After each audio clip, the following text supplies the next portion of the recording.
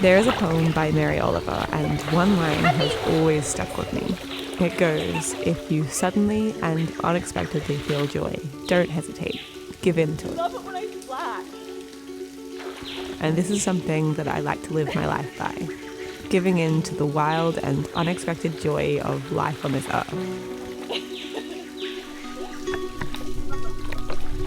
Swimming with my duck Happy in the blue rainforest stream, this is one of those moments where I feel pure, unhindered joy, and I always remind myself to let go and float with it, really feeling the magic of the moment.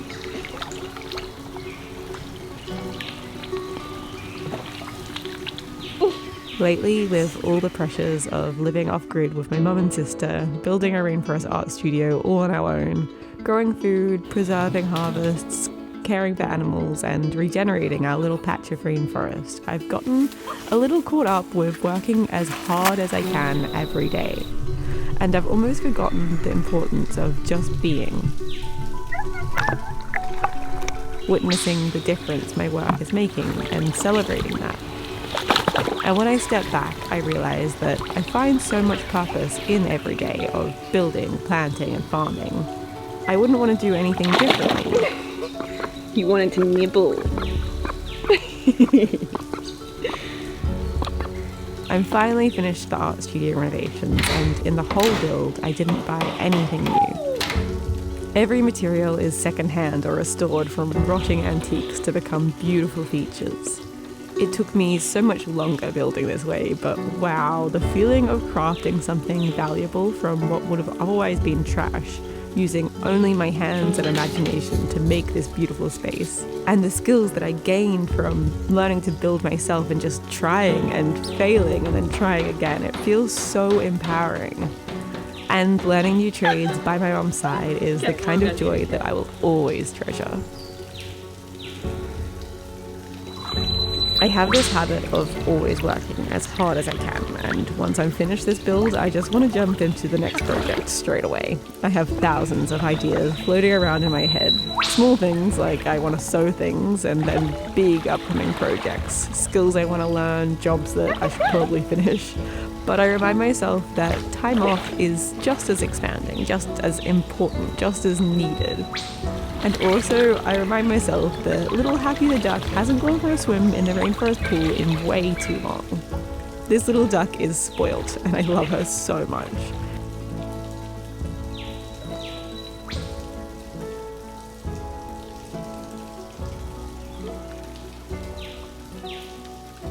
When she was a baby, I brought her to the creek almost every day, so she misses this oasis when she's at home and just has to hang out in the paddock pond with all the other ducks.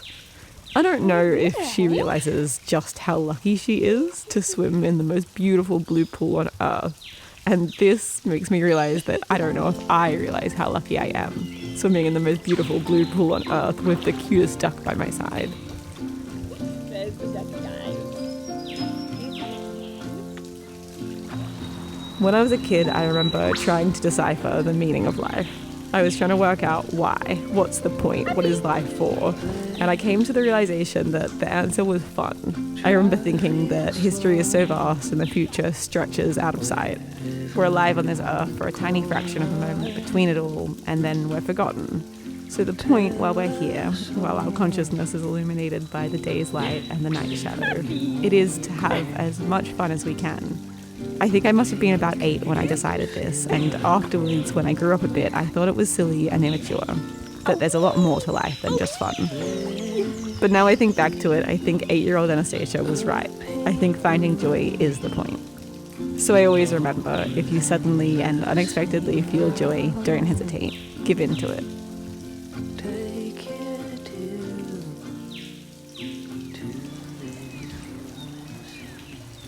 This winter has been pretty rainy, which means that the creeks are bright and blue, but sometimes it means that it's miserable outside. Normally, our winters here are dry and cloudless skies always feel so inspiring.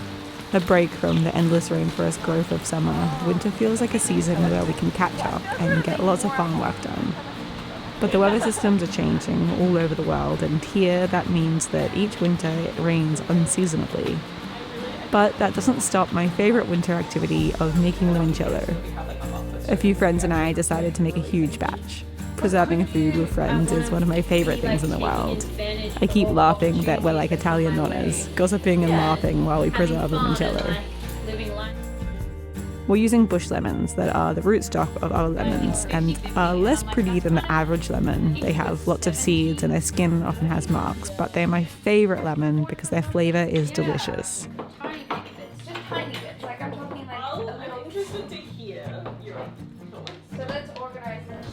We wash them and clean their skin and then carefully peel just the yellow part of the skin and place it in the fermenting jars. Then we pour vodka on top and cover all of the skins. Yeah, do we just fill it? Any labels?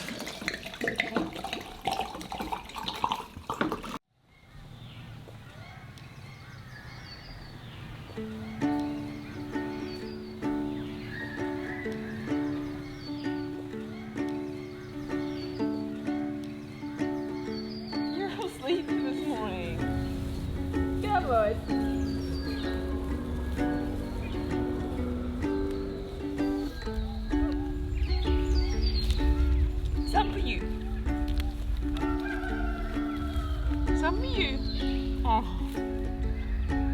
Every morning the goats seem to have this competition when they come into this paddock where they compete on who gets to stand on a log.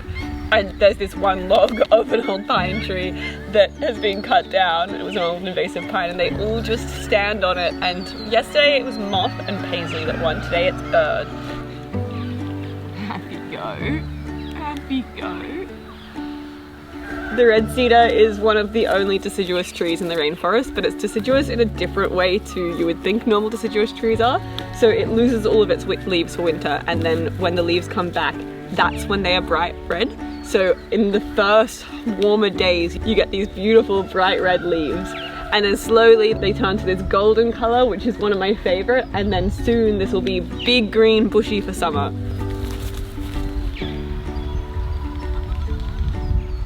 These forests were logged for their red cedars, and it was really sad because once, not that long ago, this whole forest was the big scrub rainforest, and it was a huge, beautiful big rainforest, but it was logged for its red cedar and they were sent back to England mostly for the beautiful timber because it has this beautiful red timber.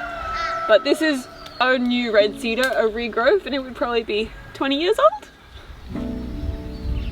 The history of these valleys is really interesting. It was originally cleared for red cedar, and that was before there were roads here or anything, so that was kind of the first white settlers on the land that cleared for red cedars. And then after that it was used as dairy land because there was a lot of clear land, and so then the butter from the dairies was actually still sent back to England. So England was just kind of pillaging the land for all of its resources, which seemed to happen a lot. In the process, of course, some invasive weeds were brought to Australia, including lantana that was brought as a beautiful garden plant, and it is not, it just spreads over the landscape. It's a really fast growing plant, so it just immediately can cover a whole landscape. And the one thing, you can brush cut it, you can pull it, it takes a really long time, but the one thing that seems to really help is goats. They love it, they eat it.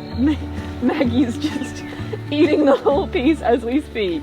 You're such a good girl. Good girl, Maggie. Oh, you're eating lantana. Lantana's technically poisonous for goats, but they just kind of eat enough because they know their own guts, so they eat a little bit. And oh, you lost it. Do you want me to hold it down for you? Oh, you've had enough. They eat enough and then they decide when to stop. We live on the land of the Arakwal and Minjungbal People of the Bundjalung Nation. We acknowledge the traditional custodians of the country we live on and recognize their continuing connection to the land and waters. We thank them for protecting this rainforest and its ecosystem since time immemorial.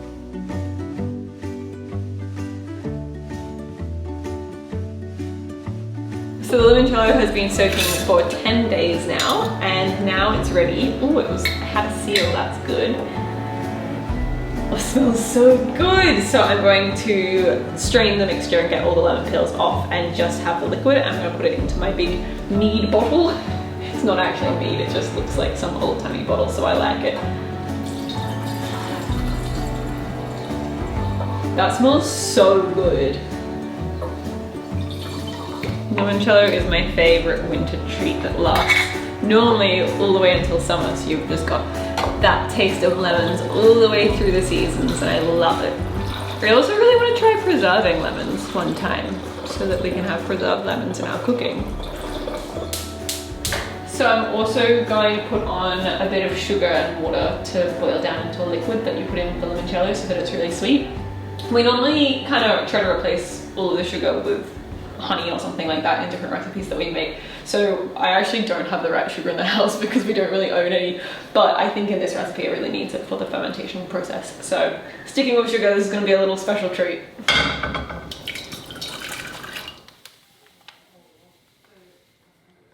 So now that the sugar is all dissolved, I have to wait for it to cool down, and then I can pour it in here, and then I'm finished.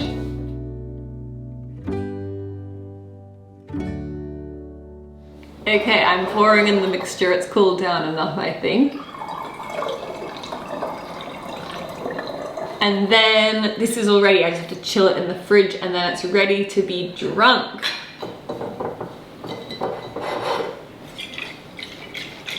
Okay, we're doing a taste test. It's not cold yet. You're supposed to drink it cold. But, oh, there's a spider in my hand.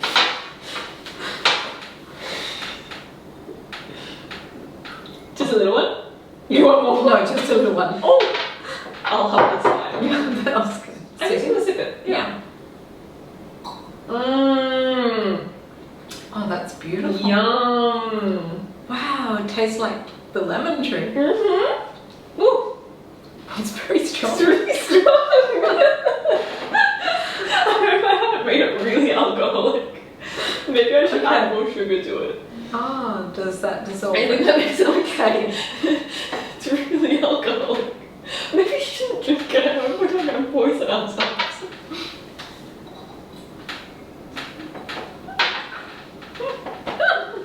How I could paint that. It's so alcoholic. I think I need to add some sugar. I think I need some more sugar. I just reread the recipe and we used half of the sugar that we should have. Anastasia. So, I say we, but it was me. Yeah. I'm gonna add maybe another cup of sugar to this. It was only half a cup I put in. So you reduced the sugar? I reduced the sugar and I forgot that it was half. Okay.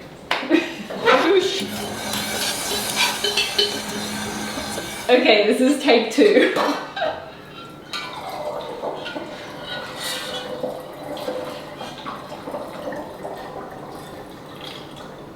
Come back for taste test. Okay.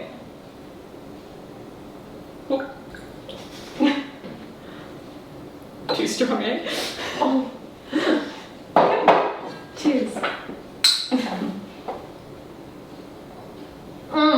That's yummy. That's really That's good. yummy. Okay, phew. Oh, it's still strong, but it's really It's good. Yeah.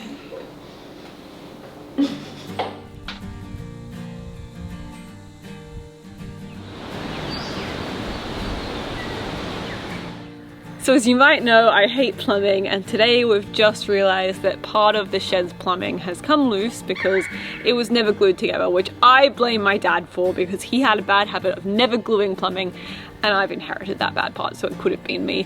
But it means that I'm going to have to crawl right under the shed to the very centre and re-glue some plumbing. Actually, I don't have any glue, so I'm not going to glue it. I'm just going to stick it together, and this will probably happen again in the future, but I will remember next time. Oh my god. And it's muddy because it's been leaking. Ow! There's a bit of loose plumbing here. I don't know. I don't think that's part of it. I think that's just sitting here. And there's some wire. It's not going in, maybe because it's got old glue on it. Oh, I'm clearing it out. I broke it more. Okay, that went in here. So now I just need to fix what I broke. How do I reverse? Ow. I hate plumbing. Okay. It normally gets knocked by goats because they like to explore all underneath the shed all of the time. So I blame the goats. They love it. It's like a playground for them in here. And they knock all our timber, because we save our hardwood and put it here. And it's lots of scraps of wood that we always use in projects, but they also get it and they knock it onto the ground, so then termites can climb up it. So the goats are naughty.